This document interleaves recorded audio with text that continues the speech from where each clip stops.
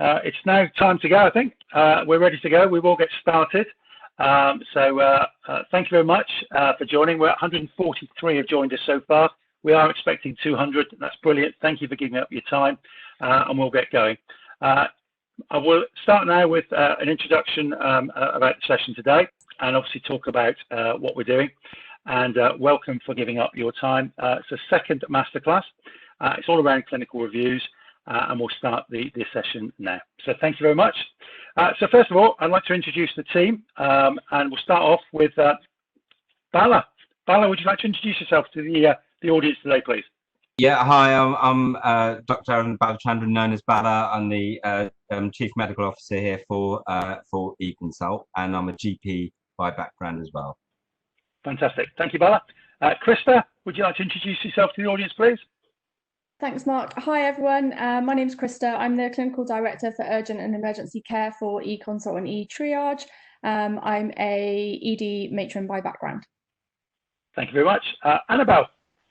Hi, everyone. So I'm Dr. Annabel Chew. I'm on the clinical team at eConsult, and I also work as a GP in Surrey, and we're also a user of eConsult at our practice. Fantastic. And Emma.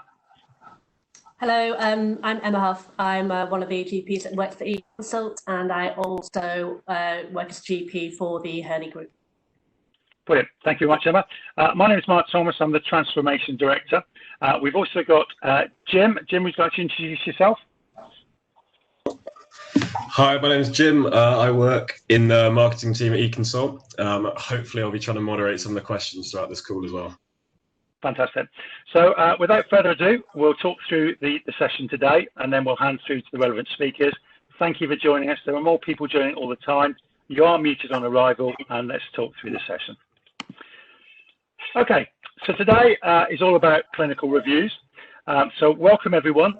You're all muted on arrival, and we ask that you use the chat for actually asking the questions. Jim, as has already mentioned, will be moderating that, but feel free to ask questions throughout the session, and obviously at the very end we will have the opportunity for an open session, all things eConsult, and obviously any clinical review questions that you may have. So the agenda today is the clinical reviews, what's available and the content that we have, where to find it, why it's positioned there, and clearly how to use it, how to manage it in terms of your practice, and we'll do that for you. And at very last but not least, we have some polls for you within the session. Those polls are there to get your input. And again, the chat session is really interesting. Lots of questions. You'll find that our practices will be absolutely seeing information and actually answering the questions for you. But we'll capture all the questions. We're going to record the session for you and make it available as early as tomorrow. So for clinical reviews, so use the chat option. Let's get started. First of all, we're going to run a poll. And that very first poll, and the first question for you, before you received the invite to the event, were you aware of our clinical review templates? And that's your first question. I'm going to open up the poll now, a lovely feature from WebEx, and we're going to do that now. And the magic of science, we will answer that question. I'm going to open the poll now, and you should be able to see that on the screen. So were you aware of clinical reviews, yes or no? Just answer your questions. You've got 20 seconds left to do it. Hopefully we don't get no answers from anybody. So come on, commit yourself. Yes or no, are you aware of our templates? Still 65 people haven't answered yet.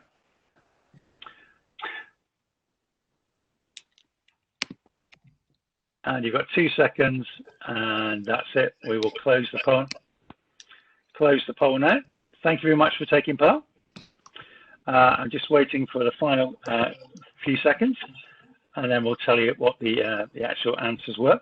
So at the moment, I can actually see that about a quarter of you, nearly 30% actually, didn't know that we actually had clinical reviews. So that's brilliant. But obviously, again, about a third of you did know it. 48 didn't answer. So come on, there'll be more polls very shortly. But effectively, it's just good to know, and that's why we're doing the session today. Okay, our next screen now, we'll just talk to you.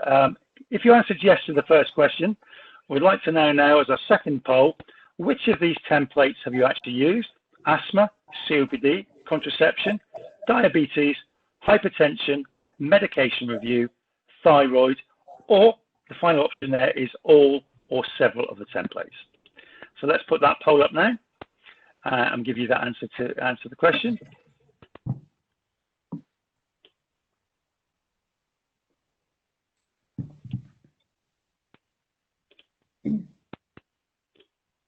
The joys of technology will do that. So you should now be able to see this question on screen now. Which of the templates have used? You've got 30 seconds to tell us what you're doing. Oh, the early winner, it's looking good. So diabetes looks like it's the most used. Oh, asthma certainly now, it's taken over. So there's still 122 of you. Come on.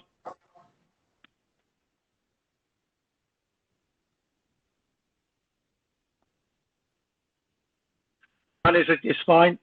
Don't worry. That's fine, and that's why you're here today. So we're just now waiting for the final bit of poll, and then it's a bit like the Grand National, which didn't happen this year. I can talk you through that. Our highest used template is actually asthma as an individual. Very few have used the thyroid template, which is the lowest answer. And actually, in terms of that, we've quite a few have used several of the templates, which actually was the highest number. So again, we'll keep that in mind as we walk through the session today for you. So thank you for taking part, and we'll now move on to clinical reviews. Krista, would you like to now talk through the first slide? Thanks, Mark. So in order for your patients to find the clinical review templates, they need to click on the I want help for my condition. Once they click on that, they'll see all of the clinical templates that are available. And on the bottom right-hand side, they will see a box that says need to complete a review. And it clearly states to the patient, if you've been asked to do so by your GP practice, you can send in a review about high blood pressure, contraception pill, and more. The reason that we've put that there and on the bottom right-hand side is purely to allow you guys to actually workflow your review templates as you see fit in your practice, because different practices actually workflow their clinics very differently. What we didn't want to do is make things actually more difficult for you by having patients just submitting ad hoc review templates. Whilst that's okay for some practices, it's not okay for others. When we had these positioned on the very front of the page, we were finding that we had lots of feedback from our users, which was fantastic, and we're always really open to the feedback. That said, that we're getting these review templates coming in and we don't know how to workflow them, because actually we have our practice nurses that use these review templates for their clinics. Certain GPs run the review clinics. So actually it would make more sense if they're a little bit more hidden for patients, but not completely hidden that patients then couldn't find them. So we're always looking to get feedback to see where it's best placed. But at the moment where we've got it, it seems to be about right. And this allows you then, which we'll talk about later, about how you send out these links to the patients. Okay, next slide, please, Mark. So once they click on that box, they will then see all of our review templates that are currently available. So they'll see asthma review, COPD, contraception, diabetes, hypertension, medication review, and thyroid. And again, we'll chat to you later on about what's coming and what will be available in the future. What we're going to do now is I'm going to start handing you over to Annabel and Emma, and they will go through all of the individual review templates that we have, the questions that are in them, and why we have gone down the road of the questions that we ask in these review templates. So over to Annabel. Thanks, Krista. So some of you may be really familiar with the long-term condition templates and using them a lot, but as we saw on the poll, I think Mark said there's about 30% of you who weren't even aware that the clinical review templates even existed. So we thought we'd just start by giving you a brief overview of the content of each of the long-term condition reviews, just so you're familiar with what's in them. So we're going to start with asthma, as we saw, asthma's I think one of the most popular used templates that we've got. And this template asks all the relevant questions needed for a really thorough asthma review. It includes the validated RCP 3 questions for asthma and also the asthma control test. And that gives a snapshot to the clinician of how well their asthma has been controlled over the past 4 weeks, and also the impact of the asthma on the patient. We also check if the patient's using a peak flow and spacer, device. We check if they've received their personalised asthma action plan, which they should all have as part of QOF. And then we ask if they've had any flare-ups over the past 12 months. And if they have, then we go on to ask if they've needed any emergency treatment or hospital admissions. Then at the end, when the patient's submitted the review, we then ask if they want to receive sort of further information from the British Lung Foundation, which is really good sort of self-help information about their asthma. I think that's all about asthma. I don't know if we're going to stop if we've got any specific questions about the asthma template before I go on to talk about the other ones. I don't know if any questions have come in specifically about this template. Otherwise, I'll carry on and people can ask questions as we go. That's fine. Jim, do you have any questions yet reference the asthma template, or should we just move on? None through yet. Great stuff. Thank you very much. On the next slide, please, Annabel. Lovely. Yeah. So next slide. So go on to talk about the COPD review. So this is sort of similar to the asthma review. It's been developed based on the clinical history requirements for QOF. So it uses the standardised MRC dyspnea scale, and where a patient triggers a score of 3 or more, they are offered a referral for pulmonary rehabilitation. Now, we are actually looking at changing this to use the modified MRC score. However, there are some copyright issues with this, so that we're just trying to sort that out, but hopefully this change will be coming very soon. Then we look at severity of COPD. This is assessed by checking the number of exacerbations and their treatment with antibiotics or steroids. We also ask about A&E and ITU admissions and the use of oxygen and nebulizer therapy as well. Where patients are still smoking, we can complete level 1 smoking cessation advice by sending the patient information on quitting smoking should they opt for this. And if a patient's been sent smoking cessation advice, then this will appear as a message to the clinician at the top of the eConsult reports. This feature is a sort of feature that happens in all of the eConsult reports, but obviously it's particularly pertinent to the management of COPD. So I just thought I'd point that out in case people weren't aware. Also, just on sort of feedback that we've received from some of our users about the COPD review templates. We've had a few requests for the COPD assessment test score to be included in this, and this is also something that we are looking into, working on this, and we'll be getting this added into this review very soon. Fantastic. Thank you very much, Annabel, for the first two. We've had some questions now, Jim, so will you be able to talk us through those? Yeah, so we've had a few questions through. I think the first one that came through is, what about asking patients if they'd had a consultation with a GP regarding chest infection? I believe that was probably in regards to the asthma template. Yeah, we do ask about, as I said, it's sort of asked about exacerbations. So we ask how many exacerbations they've had in the past 12 months. So that sort of covers infections, and then we go on to ask, as in the COPD template, about whether they've needed antibiotics and or steroids for that. So that sort of covers that, I think. Okay, and the next question was saying, can you link to the asthma.org.uk care plans using the asthma template? Yep, I can answer that. We do indeed. So in the confirmation page that the patient receives, saying thank you very much that your consultation's been submitted to your practice, we have the link there for asthma.org. So that's where the patient will then see that. So the link is available for them. We are looking at seeing whether we can put links within the template. We have done that in the past. And what we find is that patients then don't go on to submit their consultation because they look at the link and actually they then come off of the platform. So then they don't further submit their consultation. But that is something that we're looking at to see how we can then keep the patient engaged into the consultation once they've seen these external links.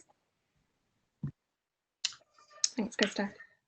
I think the other questions probably are covered by your answer there. As the next one said, can COPD on asthma reviews embed a video from patient mobile to show how they use the inhaler? So I think that would probably be covered by the past answer as well.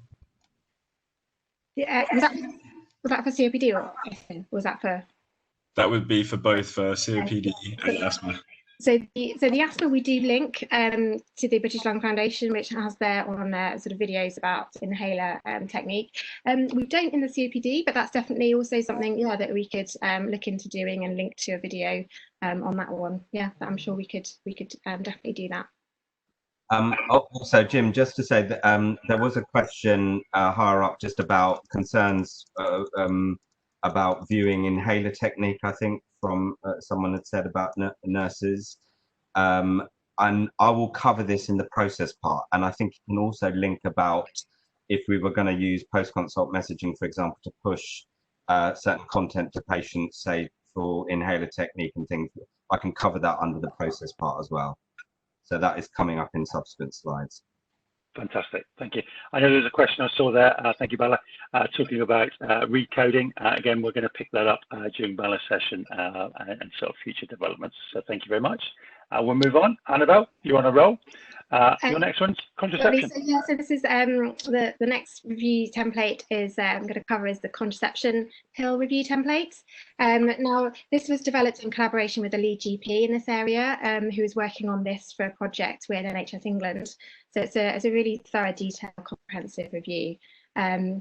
It's based on the most recent FSRH UK Met guidelines, and the questions include all of the major UK Met contraindications for prescribing the pill, such as migraines, hypertension, smoking history, or history of venous thromboembolism.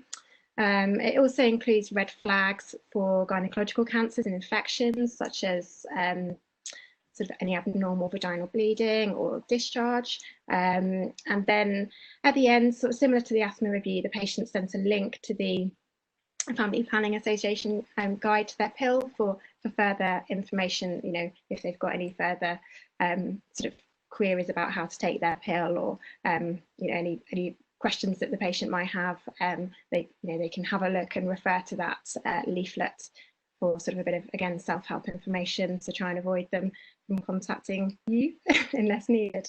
Well, that's it for contraception pill review. Brilliant. I think we've had some questions again. Jim, over to you. Yeah, sorry. We had a question that was, I think I just read this a little bit wrong. So it was just in terms of the inhaler and the video being sent to patients. This is actually, can patients send us a video of them using their inhaler so we can observe and advise?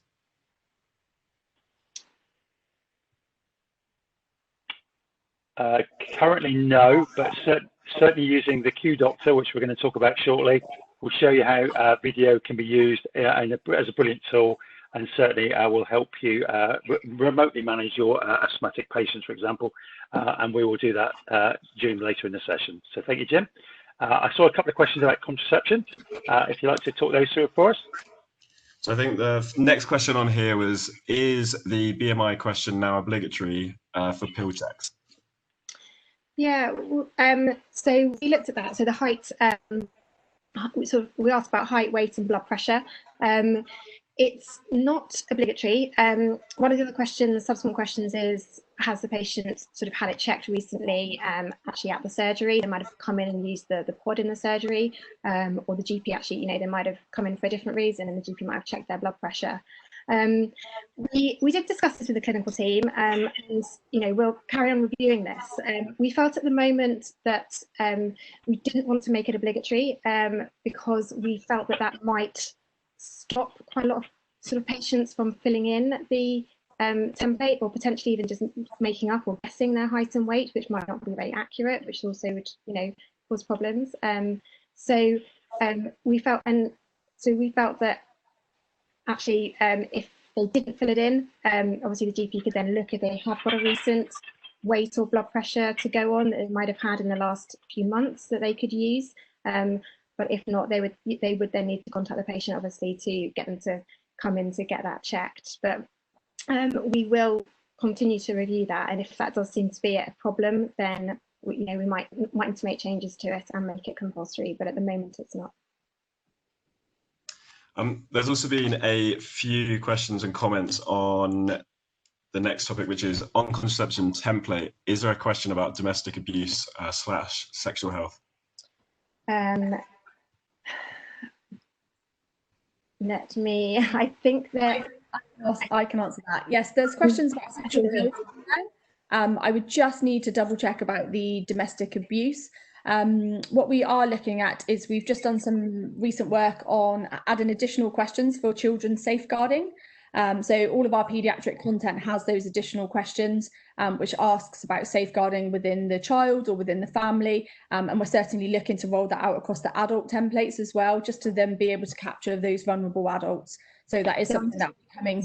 I've got the template in front of me. So we do ask a question specifically about if they feel at risk of any violence, and then to explore that more, we ask them to tell us further. So that covers the domestic violence part. So thanks, Annabel. I think that covers all the other questions, because all the other questions are comments on that previous one. I would say as well that if we do miss any questions during the chat, I will collect them all at the end and we'll send out a review of each response with the recording as well. Yeah, and I'll also say, just on the comments that we had, we will absolutely review the mandatory, use of the BMI. So if the feedback's coming, that's the case, we can look at that. It's just obviously still early days to see about utilisation of the contraception pill. Fantastic, thanks guys. So Emma, you're up next. I think the next one now is yours, which is diabetes. Thank you, Annabel. Okay, so the diabetes template has been developed based on review of the NICE type 2 diabetes guidelines and the diabetes section of the hypertension in adults guidelines. We ask questions which incorporate kind of all the things that you need to kind of record for QOF. We specifically screen male patients for erectile dysfunction. We've included questions about their driving status.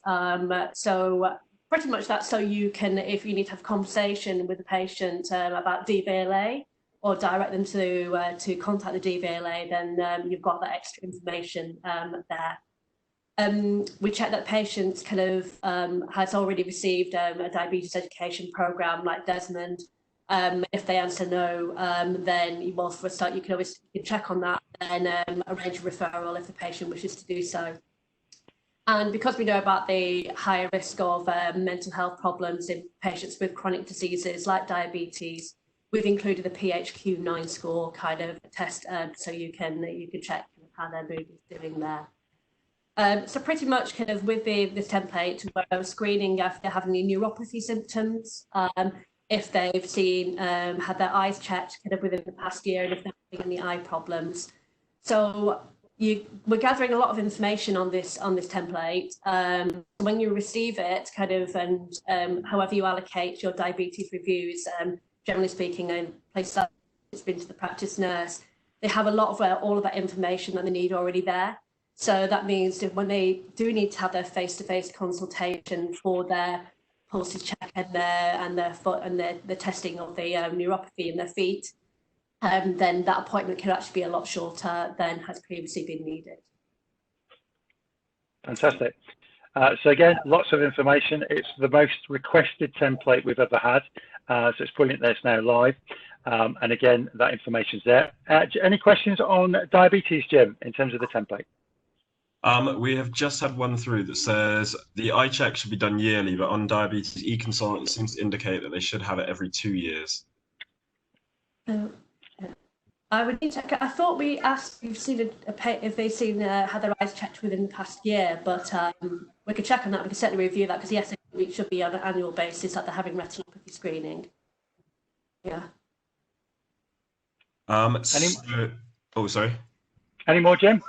Yes, there's one more question that's come through saying, I think this is again following Krista's previous answer about attaching links into their reviews when you send them to patients. So it's saying, are you attaching any links? If so, where from? Are you not including any ADA, EASD guidelines? Krista, do we send any diabetes information following the diabetic template completion? No. Hi, sorry, I will just double check with our QA right now why this is going on, and I will answer that question for you in the next round of questions. Brilliant. I've just seen a question from one of the guys. We're going to talk to you about workflowing it and how you use it in practice, because that's part of the session today. And Bala will go through that as well. So that's brilliant. Thank you for that. I'm loving the chat. I'm seeing a few people answering questions for us. Remember, as Jim's already said, we'll capture all the questions. If we don't answer them today in the session, we'll make sure that we feed it back. Again, another question's just come through, Jim, on diabetes. So we've had another question saying, what about yearly foot checks as well? Well, the cost of the foot check is usually done kind of in the practice by the practitioner, so it might be done kind of by a chiropodist in the diabetic foot clinic. We don't ask a specific question about foot checks, but we do screen for any symptoms of neuropathy in the feet. That's what we do. Brilliant. Thank you very much. Right, Emma, you're on a roll now. We'll move now on to the next one, which is hypertension, which for me is brilliant. But Emma, over to you. Yeah. Okay, so the hypertension template was our first and original kind of chronic disease template. And the idea of it primarily is to be able to gather home blood pressure readings from the patient, but gather them in a way that then will calculate the average blood pressure for you, rather than having to receive it on a scrappy piece of paper, which then you have to sit there with a calculator kind of calculating kind of what the average blood pressures are doing. So it will take a little bit of time for the patient to complete it, because they got to input all of their blood pressure readings.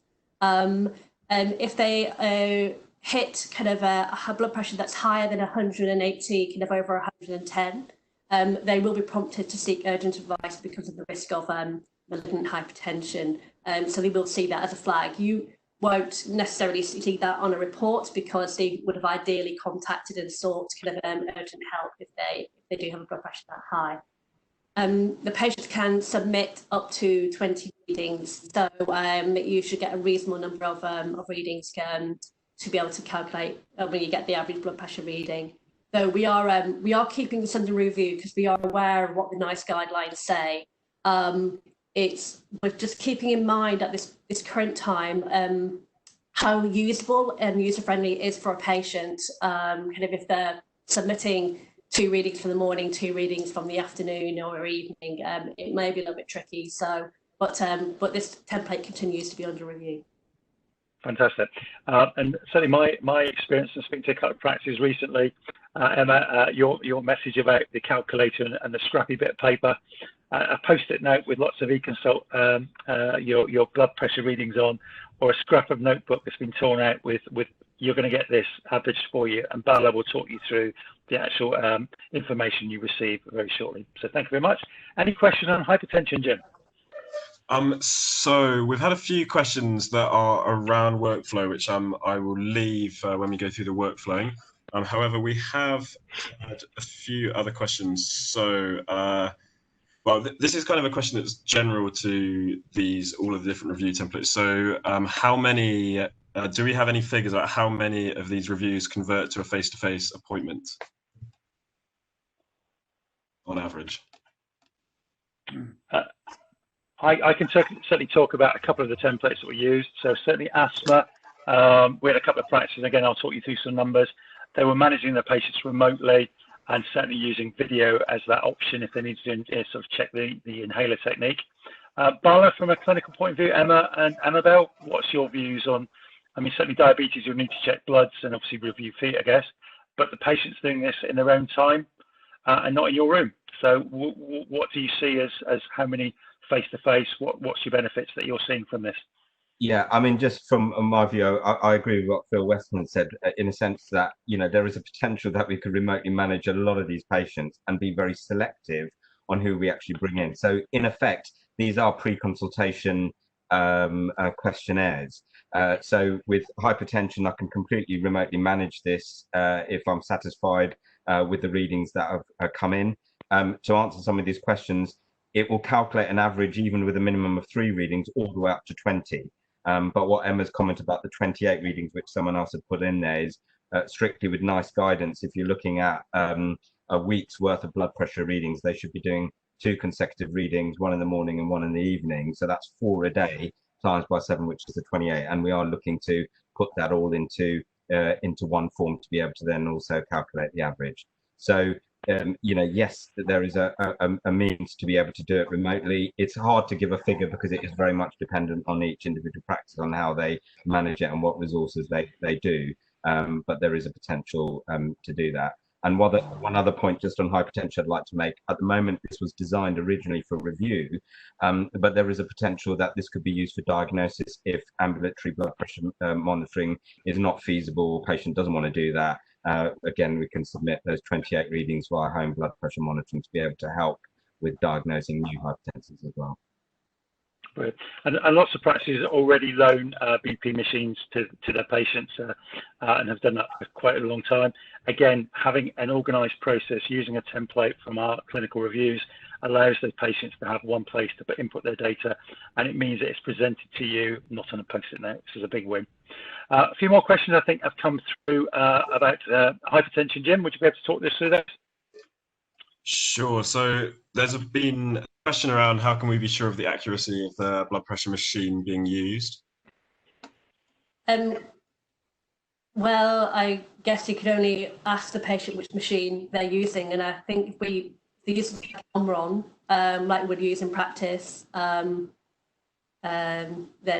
that's a fairly reliable brand. But I expect just check with the patient what machine they're using and whether it's an above elbow or a wrist device. Excellent. Any other questions, Jim? Yeah, sure. There's one more question I think that's specifically around hypertension. So it's does the template ask if bloods have been done recently on the hypertension template? Sorry, what's that, Jim?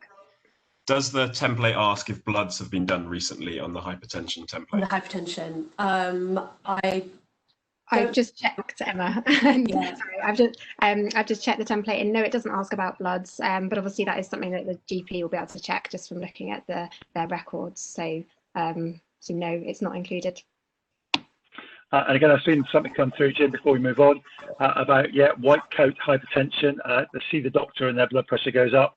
It's a very good way of the patient managing it on a proper template, which makes it much better when the patient submits it to you. So brilliant, we're seeing that, and that's why hypertension, certainly the average readings, is a real win for practice. Okay, you're on a roll, Emma. I'm going to move on now to my favourite template, medication review. All right, thanks. So medication review is being developed we had a request on one of our customers saying we'd really like this template developed, and they sent us a sample of some guidelines of the kind of questions they would like to see, which are based on the meds management from their particular CCG. So we took that on board and we developed the template kind of based on those questions, which are pretty much reflective of what the NICE guidelines say for kind of basically medicines reconciliation, medication review, and also what the pharmacy guidelines are for this, keeping in mind that lots of practices these days have a practice pharmacist, or they share a practice pharmacist within their PCN.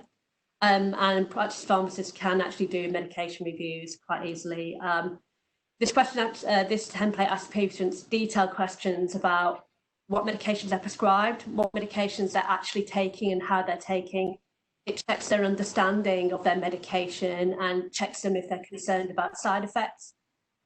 Checks if they're feeling like the medications are working for them, and if not, why do they feel that it's not working. We flag kind of polypharmacy for you, so if they're prescribed and taking more than 5 medications.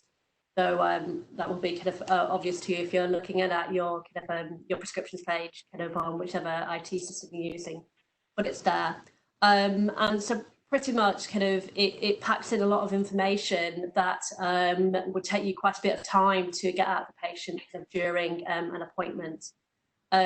So therefore, you could then either complete the review kind of just on reviewing the template, and then checking if they need to have blood tests or blood pressure, or you follow it up with a phone call, or in the patients you're particularly concerned about, following up with a face-to-face consultation if necessary.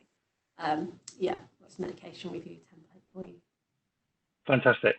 Just to let you know, we have had some questions coming through, which Jim will answer in a minute.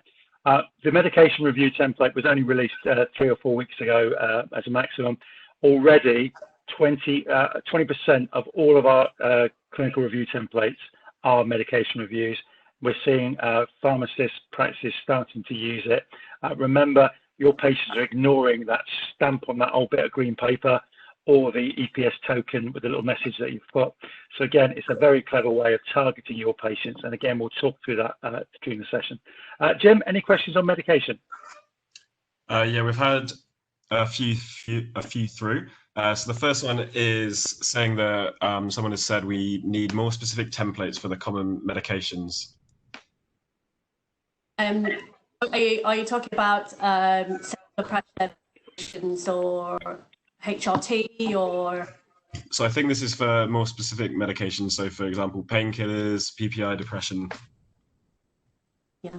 That could be discussed as a clinical team. If you could send through any suggestions, it's always good to hear kind of what suggestions you have for specifics and what you'd like to see, and then we can review it and discuss it and plan. Brilliant. And certainly to answer that one, I'm going to ask you, everyone, as part of the join the session today, for your feedback as to where and how we can improve and enhance. So you'll get that opportunity. We want to take that and obviously work with you to deliver something that's really, really powerful. And as I've already seen one of the questions that came through, we're asking more questions than most practices are saying they're doing. That's good to know, but we want to make it even better for you. Any more medication questions? Sorry, somebody's talking. Mohammed, can you mute yourself, please? Thank you. Jim, your questions. Yeah, we've had one more question through saying, does the medication review template ask if the patient is on repeat dispensing, and if not, would they consent to going on to it? We don't ask about repeat dispensing. We ask them if they got an electronic prescription set up. But yeah, that's certainly an excellent question to include. Thank you. And yeah, just to say also, I think it's really good to get the feedback, because we can certainly consider this, as Mark has mentioned, this is still relatively new template. So we're open to suggestions on how to modify it. But I think also there's a real opportunity here, because now within PCNs there are pharmacists that are provided as part of the PCN network DES.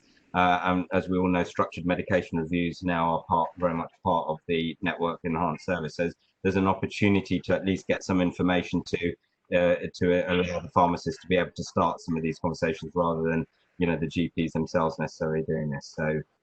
But we'll absolutely take on board any feedback to make this template better. Brilliant. Do you have any more questions? So we've had a few suggestions for different review templates. What I'll do is I'll just collate them at the end and send them through to the team here. However, we have had another question, which I guess is on review templates in general, which is what is the average time one should require to fill out some of these forms, because they are shorter than the usual eConsult templates. Yeah, they're much quicker than the other clinical pathways within eConsult. I mean, I'm going to show you in subsequent slides just some of like the hypertension and the asthma templates, so they don't take long to complete. And we've had already some feedback from practices where they've sent out a campaign, SMS campaign, for patients to complete these in, and we've had one practice that had many come back by patients. So there isn't any feedback we've got in terms of usability of these templates. Brilliant. Thank you very much. Right, we'll move on now to the next slide. Thank you, Jim. Thank you, Bala. And our next slide is about thyroid. I think it's Emma, your last one. That's right. Yeah. So thyroid template is actually it's a very brief template, really, just to be used to capture some symptom information from your patients with thyroid disease, ideally to be used hand in hand with when they're due their their blood tests. So this template you can actually choose to use how you wished. So you could send it to the patient more frequently, whether within the first year of their diagnosis and they're needing more frequent blood tests, or it could just be sent on an annual basis and used on an annual basis when they've got stable disease and they're not having problems. It's quite a brief template for the patients to complete in its current first format. We are reviewing and developing the template further at the moment. Excellent. I've seen a few questions coming through, Jim. Any questions on thyroid? So I don't think we've had any specifically on thyroid, just going through these. However, we've had a few that's, again, quite general. So someone has said a priority in our borough is to help the patient identify complete goal setting for their wider health. It is needed in all annual reviews. Can this be included in the long-term condition templates? Asthma, COPD, diabetes, etc.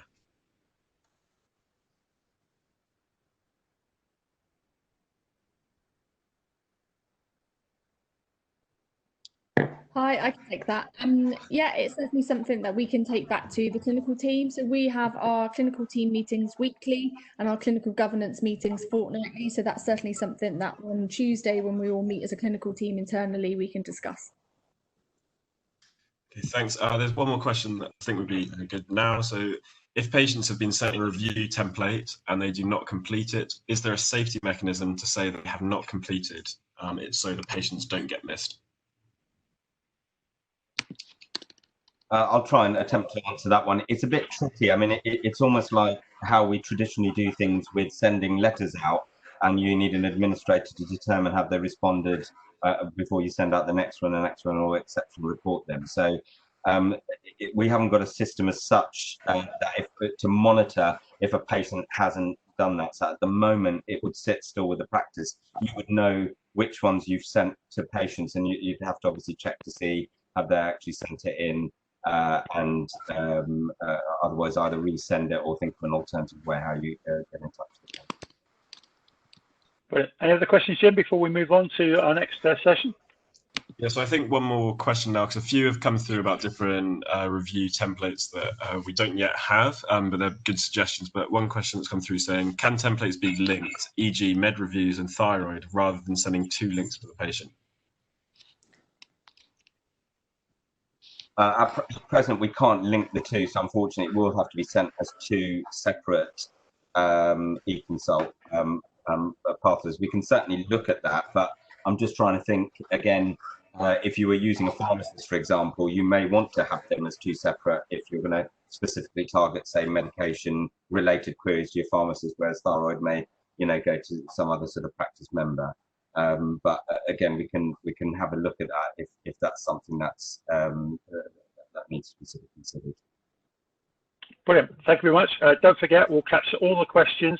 We will write them up for you, and we will obviously make sure you get that information so you all see the questions, and we'll answer them in full.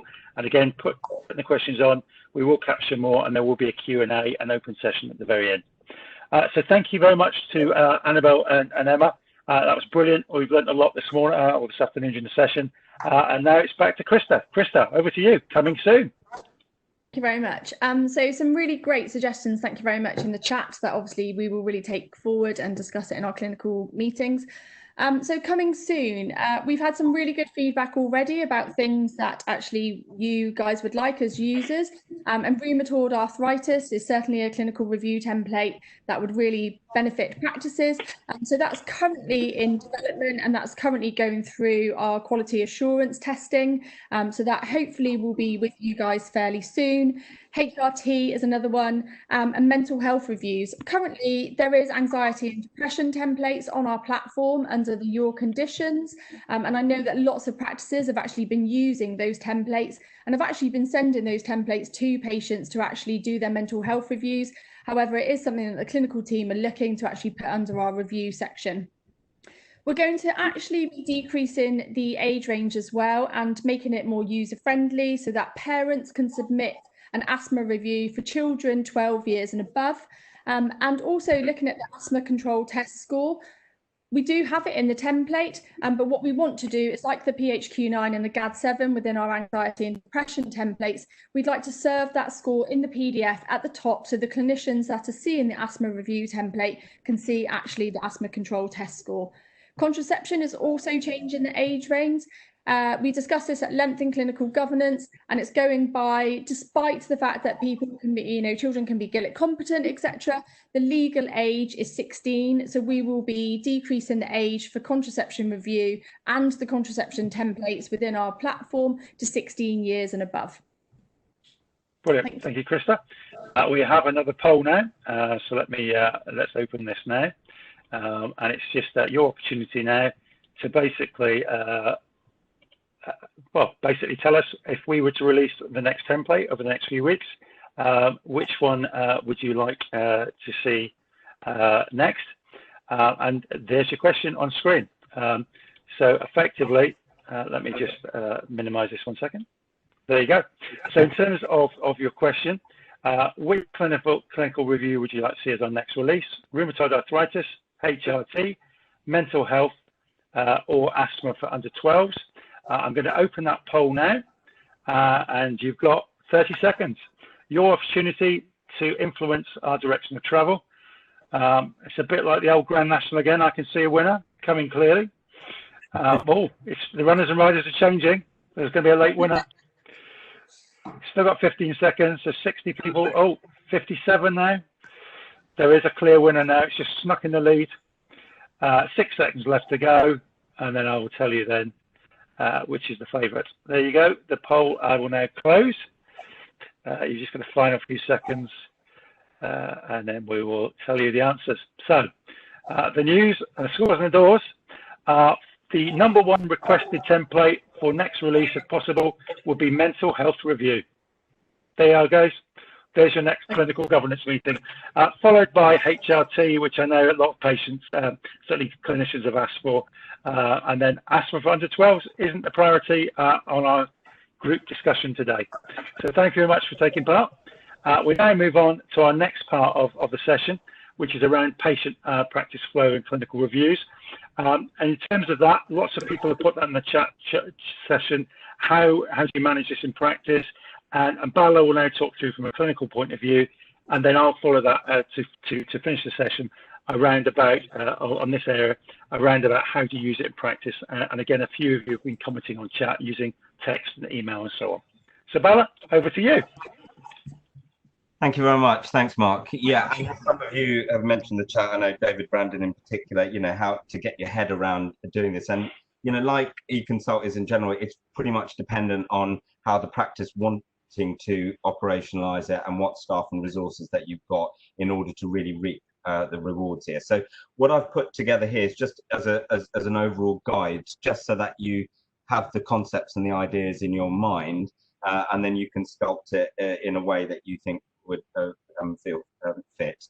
Now, before I talk about what the proposed model, let's just take a reflection on what have we been doing to date pre-COVID. Okay, and I can speak from my own practice.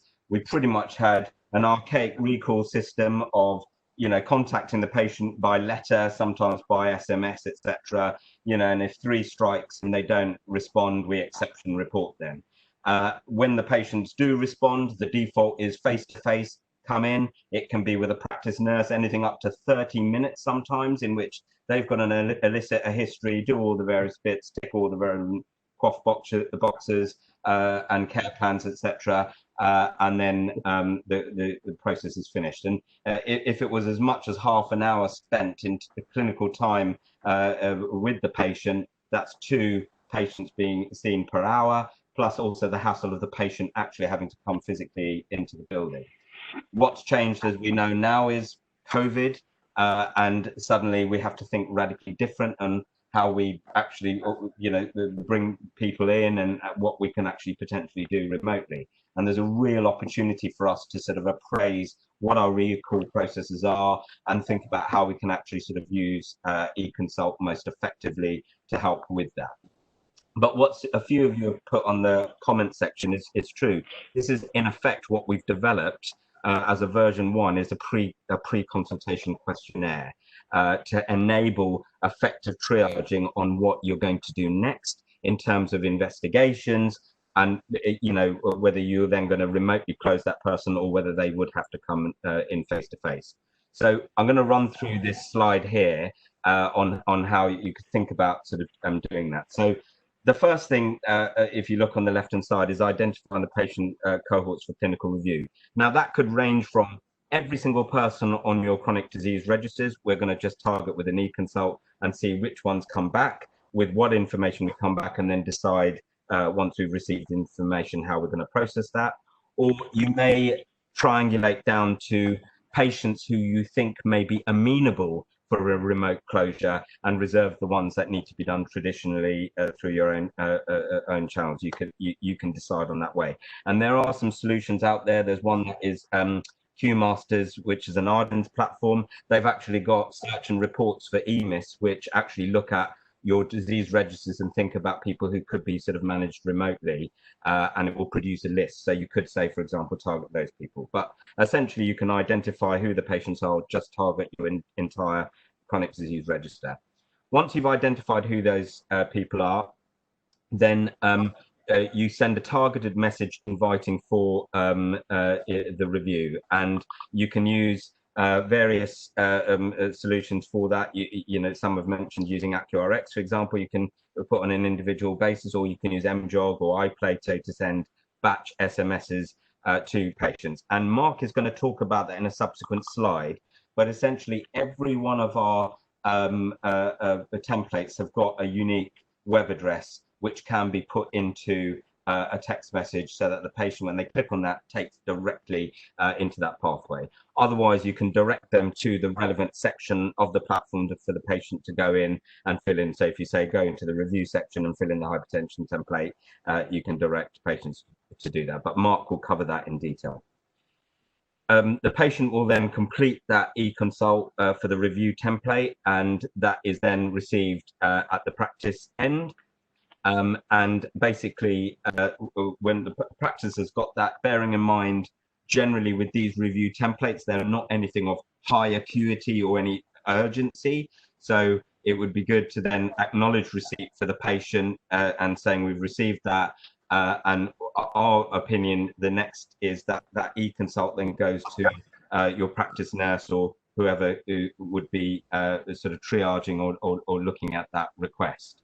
So the patient told that and explained that, you know, the practice nurse or whoever's responsible will be contacting them with regards to next steps. You've now got the information in front of you, and that's where you decide, well, what next needs to be done? Does this patient need you know, blood tests to be done? Have you got all the relevant information? Is there any further information that needs to be done? And that's what's going to determine what your final steps are going to be in terms of either remote closure or whether you would need some sort of face-to-face assessment, say, for example, for foot checks. You know, you can't do that online, you know, but you may have all the information from the diabetes stuff that you need, and only the foot checks are the last bit, which could be done in, say, a targeted foot check clinic later on down the line, for example. But for the remote closure part, there may be some cases who are patients who are very stable, who don't necessarily need much further input, you know, and they can be managed remotely. There are going to be some who you will need to still have a phone call with them and conclude various other bits or confirm or refute certain stuff that has come through the eConsult. And you may have an opportunity to use video as well. So there were some comments on you know, how can I check inhaler technique, for example? Well, you've got all the information for the asthma up front. You know, you can close the loop by having your practice nurse initiate a video call and observe inhaler technique using video, for example, and that can be closed in that way. But the important point, if you go back to and reflect what I said about initially we could have a potentially half-an-hour appointment, what essentially you're going to save here is if you've got a lot of the information up front, that can now be moved down to say 10 or 15 minutes, in which the time's more focused in, you know, maybe doing a video call to check that inhaler technique, having a discussion with the patient to formulate a care plan, for example, and agreeing that, or sending them links, you know, from other content like asthma.org.uk, for example, or Diabetes UK, or any self-help information as well. So, you know, your practice nursing time is much more sort of effectively used. And obviously the patients who are poorly controlled or who need that input and expertise in a more traditional way, or even as a face-to-face way, can be brought in, you know, via the usual channels as well. So that's just generally just about the patient flow, just as an overview, and what we think and how this can work effectively in the practice. Brilliant. Next screen is for you, Bella. Okay, so this is I'm just showing you some examples from what we've talked about, just in case if anyone hasn't seen the sort of stuff that comes through. So, this is an example of hypertension, that has come through, and we can, as we said, up to 20 readings. An average BP is calculated. You'll see on the right side, you can see, the height and weight has been recorded. And what Mark Thomas had alluded to earlier, the clinicians in the audience, will know we do get bits of paper being sent in. We get some patients coming in, with post-it notes. You get others who are, bringing graphs and spreadsheets of their blood pressure readings. But this is a much more standardized way that you can actually see the readings and get the average, and then it can help inform how you manage those hypertensive patients. And as I said, we will be looking at improving this to help, even to consider with potential new diagnosis of hypertension as well, with home blood pressure monitoring. And if you go into the next slide, then this forms the clinical questions that go with the hypertension readings that have been submitted, and it talks about some of the medication reviews and whether there's any concordance issues, any side effects, for example. We ask the smoking and alcohol data and things as well. So it's useful information that can at least pre-arm whoever's dealing with that patient the way that the next consultation can go with that. Okay, next slide. So this is just showing you an example of the asthma review templates. And what Krista alluded to earlier on, we're very mindful that, we ask the asthma control questions, but we're not really populating the scores, I think, which will be really helpful. A bit like what we do with our depression and anxiety with the PHQ-9 and GAD-7 scores. If we can put a headline score, just underneath the blue box, then it will help in processing that. So, and also for data entry in that as well. So if we move on to subsequent slides, this just gives you an idea. We flag obviously questions, that might need, more scrutinization. So someone eyeballing that, to me, it suggests that this patient's asthma is not really well controlled. And, you may want to then think, well, I think we need to really do a video consultation with this. I want to check the inhaler technique. I'm thinking actually their medication, if they're, what inhalers are they using? Are they actually concordant, or is it even really effective? So, this sort of information presented up front will help at least direct what the next steps are going to be for that patient. Okay, next slide. Yeah, and that just shows the further details about that. So I'm also mindful, one of the comments that came on is about, well, does this code automatically? The answer is no. And it doesn't code because it's very sensitive on trying to push coded information when it relates to QOF in particular. So practices do need to gatekeep what information does get coded in. We have got a plan for interoperability, which is one of the questions that is coming up. But one of the thoughts, the provisional thoughts we had is maybe looking at the eConsult report itself in formatting a bit easier for you to be able to code, and that may include putting some SNOMED codes at the bottom of the eConsult report, for example, relating to some of these that could help with data entry for administrators to put in, and that's something we're also sort of considering moving forward. And certainly lots of you will be using clinical templates from your own clinical systems. We're going to try and work with you to get the templates in that sort of order. So again, the idea is you've got your two screens, for example, you've got your patient template completed, and then you'll type through your relevant coding, and that will obviously help you for QOF. QOF is coming back, I know, certainly in England, but ultimately it's using your clinical system to its full and using the templates. Remember, this is in the patient's time, they submit to you, and it changes the way you work. And as Bala said, that 30-40 minute appointment with one patient in a room potentially could be much shortened. Certainly practice that I've worked with in the last year or so, the practice nurse might not even need to check the feet or do the bloods. That might be a HCA with those skills. It's just about using your resource to the maximum. Thank you, Bala. There's a few questions come through. We'll pick them up at the end and obviously talk through that. But I think a lot of people are now trying to work out how do they actually now get this information to patients using the tools they've got in practice, and we're going to do that now. So first of all, don't worry about reading the screen. I just wanted to give this as a flavour. It will come in the pack to you. But we've had lots of practices using the templates to different extremes and trying to get the benefit of managing patients remotely. And one example here is a practice in Cornwall. This is before QoF was cancelled, before COVID appeared on the scene, February, beginning of March.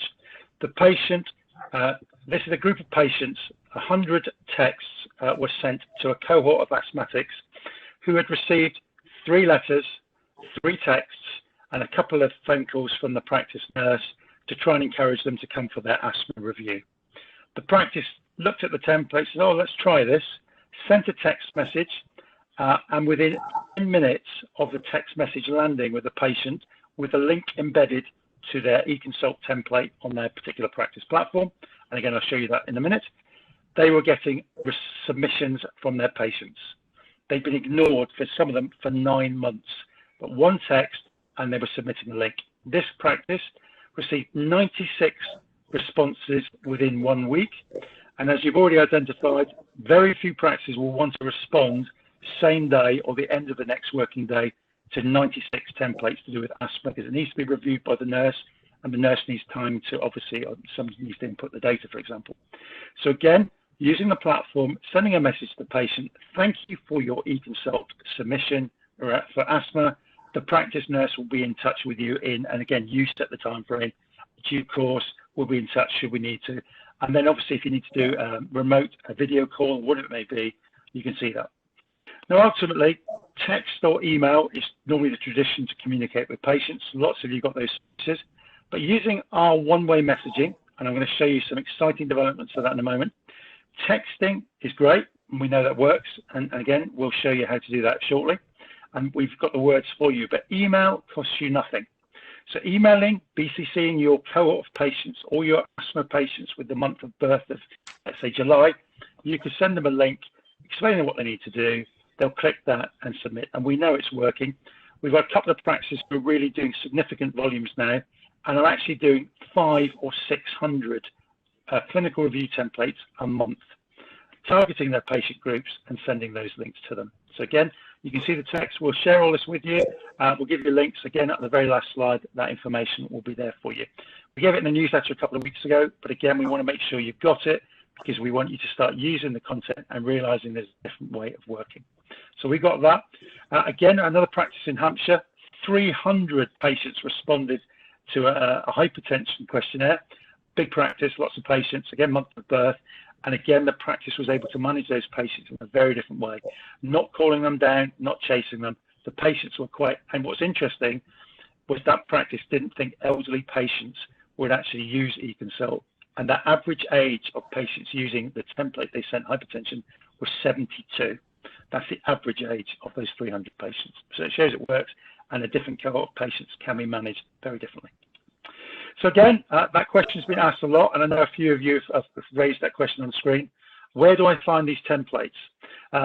Thank you. Yeah, the oldest consultant was 97. I think his dad filled it in for him. But anyway, there we go.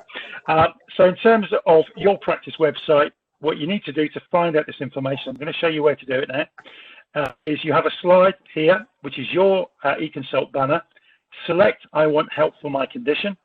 And you will then find on that page, bottom right, and again, Krista showed that at the very beginning, you will find a section that has got a review link on it.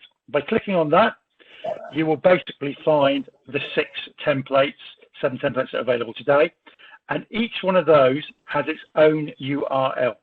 So by clicking on a template in your URL bar on your relevant browser, you will find the URL for that particular template. Now that's quite a long code for you to use, but you can see there the asthma read URL is very different from the diabetic one. And we recommend that you actually use a bit of, it's free, it's available on Google if you search it, called Bitly. And I've even put the web link there for you. You literally enter the code from here, you copy this. So you copy your URL for your own platform, you paste it into Bitly, and you can see it here. There is the diabetic review that's featured here, and there is the Bitly. Now, if you're sending a text out to a patient, I think 160 characters is your maximum. If If you're already using 30 just on the URL, it limits what you can actually tell the patient. And I've seen you saying using MJog, iPlate, or Accurate, whichever you prefer to do, it's fine. Remember, email costs you nothing, and you can put a bit more content and some leaflets and bits and bobs as an attachment. But ultimately, the link is there. It's very easy to do. And again, we'll give you that instructions just in case you do it. It takes you seconds to do. It's completely free. And then you can then start to use, by clicking that link, if it's embedded in a text or an email, your patients will be surfaced to the exact template that you want them to look for. What's new? Very exciting now, and we're going to talk, because this will help you as you start to work with your patients, particularly around clinical reviews. The first thing we're going to talk about is our brand new feature. We're working now in version 1. We have 16 practices testing it for us at the moment, with a view to rolling out nationally, England, Scotland and Wales in the very near future, using the CCGs, because we know a lot of you will not be able to download and install software. So this will be called the eConsult toolbar, and you can see in the center of the image now, you can see what it will look like, and it will float above your EMIS clinical system, your System 1 or Vision or even Microtest, etc. It will float there, and it will give you lots and lots of options. So you will have the ability on the right-hand side to do a one-way message. Every patient eConsult received will have a 6-pin code detailed on their eConsult, and your nursing team, your admin team, for example, to let the patient know, thank you for your eConsult, we'll be in touch, will be able to use this and send a one-way message and copy in all of the links and the PDFs that you want to send to your patient that is relevant to them and their condition, all through an email system using our platform that will be free, and it's not going to cost you anything. We've also got latest news, which will be there. Again, latest news, events like today, we let you know about it in advance, so it's brilliant to have. And last but not least, the video option through our QDoctor partnership, one click with your NHS mail, and ultimately you will be then having a video call either with a patient with a smartphone, or you can link up to an email and perhaps do it on a laptop or on a tablet, for example. You're in control of your patients and how you manage them. So again, just a few mentions there. It's the small print. Version 1, lots of enhancements coming, but our toolbar, when you receive it, quick access to our post-consult message feature using email, unlimited email length, so you can write as much information as you want. You can attach documents and links. You can write your own messages or use our pre-written responses. You'll have free, instant, secure video consultation using QHealth for both scheduled calls, i.e. I want to do a scheduled session with you next week, or you can do a one-click call, an instant call now. Ultimately, we'll talk you through that when it comes out, lots of information, but one click using your NHS mail and you'll be able to do an asthma review with the patient. Latest news, we're going to surface that on the front regularly. System status updates, latest features, because again, we know that, for example, today, 30 or 40% of our practices on the webinar today did not know that we had clinical reviews available. This is where we can tell you, it'll be on your desktop and it'll be fantastic. And version 1's coming out very soon, but we've got some exciting developments. Again, we'll keep you in the loop with that. Next thing. Mark, sorry, just to very briefly add, as Mark said, just to emphasize, it is version 1, but some of the comments that have come up, we are working very hard with things like writing into the clinical system and interoperability, which will be very much part of the roadmap for Toolbar. So we've got a lot of exciting stuff, including the ability to be able to send links to do all the clinical content within our eConsult platform. So it is all coming, and just bear with us in that one. There's a message about obviously sensitive data, information. Again, we're now in the NHS app, so any patients, we're going to get much more of this work. We'll be verifying patients as they come through to you using the NHS login on your own platform. But again, you're in control of the patient. You're in control of what information they get. You will be able to send PDFs, attachments, even fit notes. You'll be able to send using our platform. So QDoctor, I'm not going to spend much time on it. It's a brilliant platform to use. It allows you to do instant or scheduled calls, lots of information, including links. You can take lots of photographs as well. and there's lots of safety features in it. So again, it's a powerful message. It'll be on your desktop. It's a really good thing to link together, and it gives you that ability to be much slicker in practice. Yes, and you can pick the time that it suits patients. You'll send them the link, and they'll have a choice of options. So it's brilliant. Again, as soon as we release it, you get all this information very soon, and we'll make sure you get that. But your CCGs will be informed hopefully very soon. So finally then, thank you very much, everyone. I have put on the screen there, we have got a link to all of our content that's just been released to practice 2 or 3 weeks ago in our newsletters. Conscious not everybody will have seen that newsletter. The link is there. It will come as part of the video. But we're going to open it up now to chat. I know there's a few more questions coming through. This is your opportunity. The clinicians are waiting for that. Anything technical about using the platform, we'll look through. Anything else that you want to know about eConsult, now's your opportunity. Jim, are there any questions waiting for us now? A bit like Masterminds, we'll do that for you. We're in the chair. So there were quite a few questions that came through, and I don't know whether Bala might be best or Mark might be best to answer this around response time. So there's some questions saying, do the review templates state that the patient to the patient that a response will be within 24 hours? Has anyone else had issues with patients thinking that response will be from a clinical team member instead of just an acknowledgement message?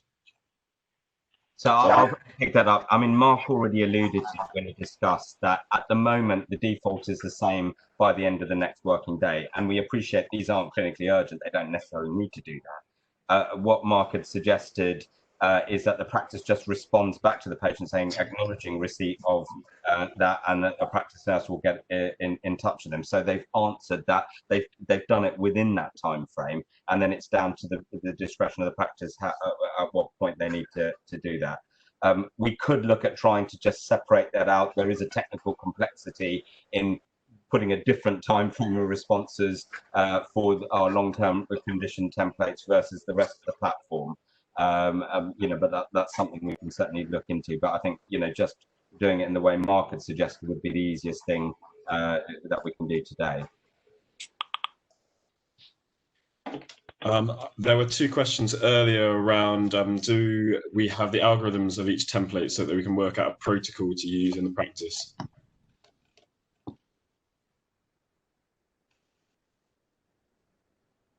I mean, we can share our demo platform, which shows all the questions. It will be difficult for us to distribute what's under the hood in terms of all the clinical content.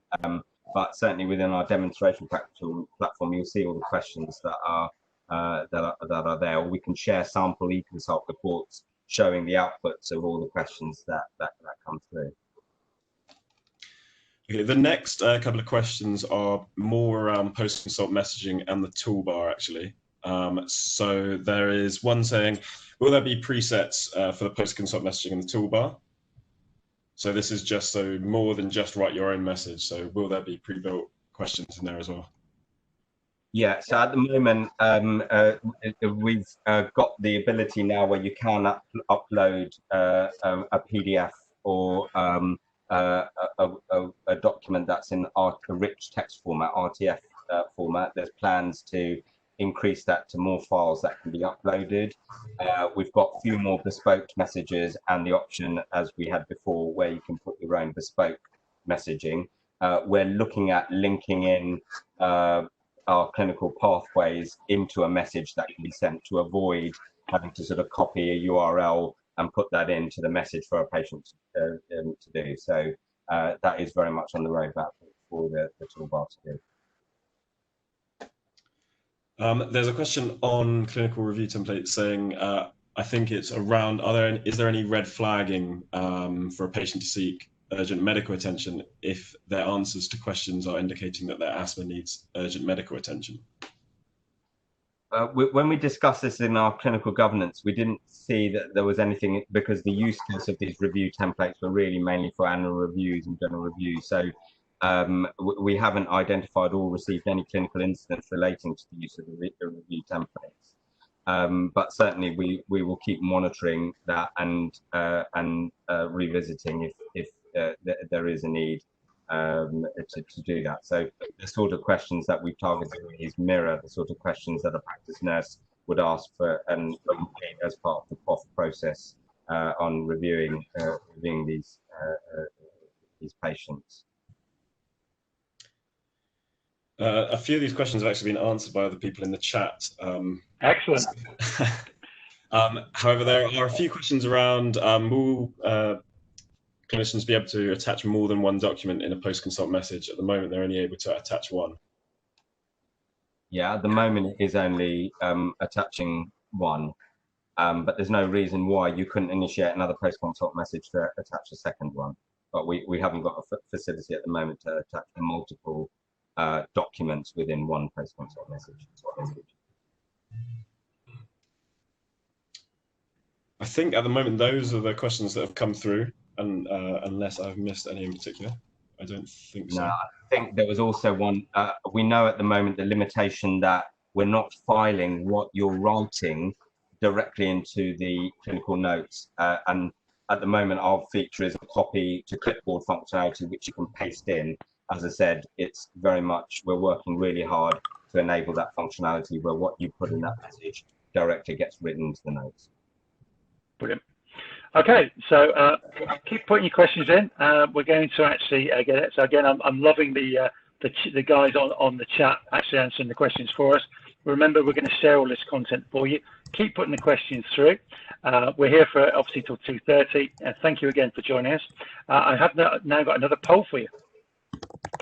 So let's get that open now for you. So this is the question now.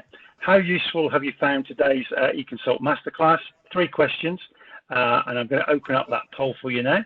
Again, runners and riders, hopefully you'll be able to answer that for us. I'll just get it going for you now. And I'll open the poll now.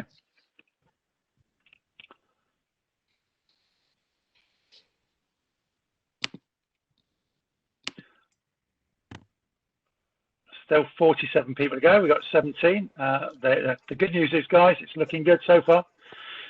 Keep going. You've got 12 seconds. Come on, last 41. Let's get 100% sign up. 4 seconds to go. There's 30 odds sitting on the fence. Thank you very much, everyone. Just to let you know, overriding scores of the 124 still on the call, which is amazing. You've been with us an hour and a half. We've literally got extremely useful and useful between you. Well, it's pretty much 70–85%. So that's fantastic. So brilliant. Thank you very much, everyone. Thank you for your input. We'll now just literally go back to the questions. Last chance for questions. We've had a great time. We're going to run more of these. We're going to ask for your opinion on what you want next. We'll do that as part of the video webinar release tomorrow. And Jim will be in touch with you on that. And we'll share the video far and wide. Thank you for joining. Get some lovely messages. That's lovely to hear. Any questions at all? Now's your chance. Can I just pick up, there was one question about CQC, and some of you have kind of alluded this in the comments. I have been involved nationally with the CQC, you know, around regulation of sort of online consultation platforms, and the CQC are very much also on board about the digital transformation and using digital tools. But we know the CQC operate on the domains under sort of safe, effective, and well-led. And basically, as long as you can demonstrate safety in this, what we're talking about, the clinical reviews, this is, as I said before, a lower acuity process that's here. What we're dealing with is essentially a pre-consultation of canvassing information for your team to make subsequent management decisions. And as long as you can demonstrate that that is being workflowed safely through your system, there won't be any problem from a CQC perspective. And in terms of effective, if you think again back to what we were doing before, we were trying to get hold of patients, and we may even exception report them if they don't even respond. You know, and you may be able to have audited pre-using eConsult how many you actually do manage to get through and manage effectively, versus having done eConsult, what process that's changed, and even getting feedback from your patients on how they feel. These are the sort of things that the CQC would want to sort of see in terms of how effective that sort of transformation is. So it's pretty much down to you know, how you're using it within your practice, ensuring that you've got SOPs, standard operating procedures in place on how you workflow this, and that your team are on board in doing this. There won't be a problem from the CQC perspective. I think lots of questions coming through there. Again, thank you for that. Jim, is there anything you can pick out from that for us? I've seen a few flash through there. I don't think there's anything in particular. We will send out the recording of the webinar tomorrow, and we can also include the previous webinar if you also missed that, so that you'll have both recordings to watch. However, most of the other questions are more suggestions on other review templates, which we will collate and put through to the clinical team here. Sorry, and just one more point. So I don't want to keep banging on the CQC, but O'Connor just put a comment there. Our non-responder asthmatics are completing eConsult. We've had a hugely positive response. That's an example of the CQC came and asked me, and I did an audit before and said, we had X amount of non-responders. We've now implemented the system and now we're getting more response. You know, that to me would show how effective it is and actually how we've improved clinical outcomes rather than what we were doing before. So that's just wonderful. No, and I'll just finish it off, Bala, to say, writing to your patient, time you pay for the stamp, the envelope and the paper, it's 70p plus. You can send an email, it costs you nothing, and we know that patients will respond within 10 minutes. And some of these patients have ignored you and your practice request to come for an appointment for 9 months plus. Quaff's coming back, you'll get that. So there we go. So thank you very much, everyone. We will capture the questions. We've had a great time. There's 120 odd stayed for an hour and a half, which is amazing. It's busy days, we know. Thank you for joining. We will run more of these sessions. Thanks so much indeed. Brilliant. Thank you, and bye-bye now. Bye, everyone. Bye. Thank you.